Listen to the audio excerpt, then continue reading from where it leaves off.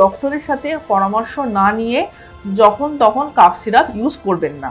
Gastroesophageal reflux disorder থাকে, মানে গ্যাস্ট্রাইটিসের problem থাকে, তাদেরও কিন্তু রাত্রিবেলায় উঠে প্রচণ্ড শুকনো কাশি হতে পারে।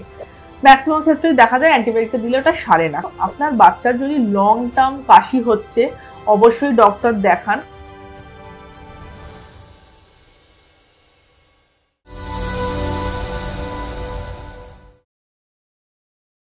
নমস্কার, ওয়েলকাম টু ডাক্তারবাবু ইউটিউব চ্যানেল। আমি doctor Saheli Dasgupta, consultant paediatrician and newborn specialist. এবার আমরা আসি বাচ্চাদের ড্রাই কাফ কী কী কারণে হয় এবং সেক্ষেত্রে আমাদের কী কী করণীয়। সবার আগে বলি যে এই শুকনো কাশি বা ড্রাই কাফ কেন হয়। তার প্রধান একটা কারণ, যে কোনো ভাইরাস ইনফেকশন হলে ড্রাই কাফ হতে পারে।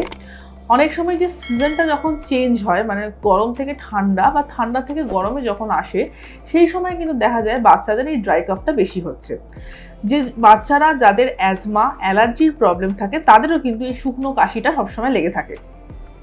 অনেক সময় দেখা গেছে যাদের গ্যাস্ট্রোইসোফেজিয়াল রিফ্লাক্স ডিসঅর্ডার থাকে, মানে গ্যাস্ট্রাইটিসের প্রবলেম থাকে, তাদেরও কিন্তু রাত্রিবেলায় উঠে প্রচণ্ড শুকনো কাশি হতে পারে।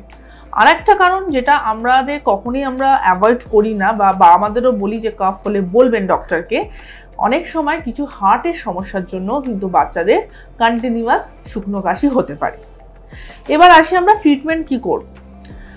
যদি আপনার বাচ্চা ড্রাই কাফ খুব বেশি হচ্ছে, তাহলে সেই ক্ষেত্রে আপনারা একটু গরম ওয়াটার, মানে লিউকওয়ার্ম ওয়াটারের মধ্যে একটু মধু বা একটু তুলসী, সেটা দিয়ে আপনি ওকে ট্রাই করতে পারেন। যদি দেখা যায় তাতেও কমছে না, তাহলে অবশ্যই আপনার পেডিয়াট্রিশিয়ানের সাথে কন্ট্যাক্ট করবেন। কারণ অনেক সময় যেটা হয়, আমরা বাড়িতে যে কাফ সিরাপ থাকে বড়দের, সেটা দিয়ে দিই, কিন্তু সেটা অ্যাভয়েড করবেন।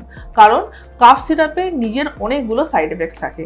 কাফ সিরাপে আমাদের হার্টের রেট অনেক সময় বেড়ে যায়, অনেক সাইড এফেক্টস দেখা যায়। সেই জন্য আমরা বলি ডক্টরের সাথে পরামর্শ না নিয়ে যখন তখন কাফ সিরাপ ইউজ করবেন না। সেম থিং আমরা বলি উইথ অ্যান্টিবায়োটিক্স। এই যে ড্রাই কাফ বাচ্চাদের হয়, অনেক সময় দেখা যায় একটা অ্যালার্জির জন্য হয়তো হচ্ছে, সেক্ষেত্রে একটা অ্যান্টি অ্যালার্জিক মেডিসিন দিলেই ঠিক হয়ে যায়। কিন্তু আমরা কি করি, যখন বাচ্চাদের কাশি হয়, তো পাশাপাশি বা আগে কখনো ডক্টরকে দেখিয়েছিলাম, যে প্রেসক্রিপশন থাকে সেই অ্যান্টিবায়োটিকটা দিয়ে দিই। ম্যাক্সিমাম ক্ষেত্রে দেখা যায় অ্যান্টিবায়োটিকটা দিলে ওটা সারে না।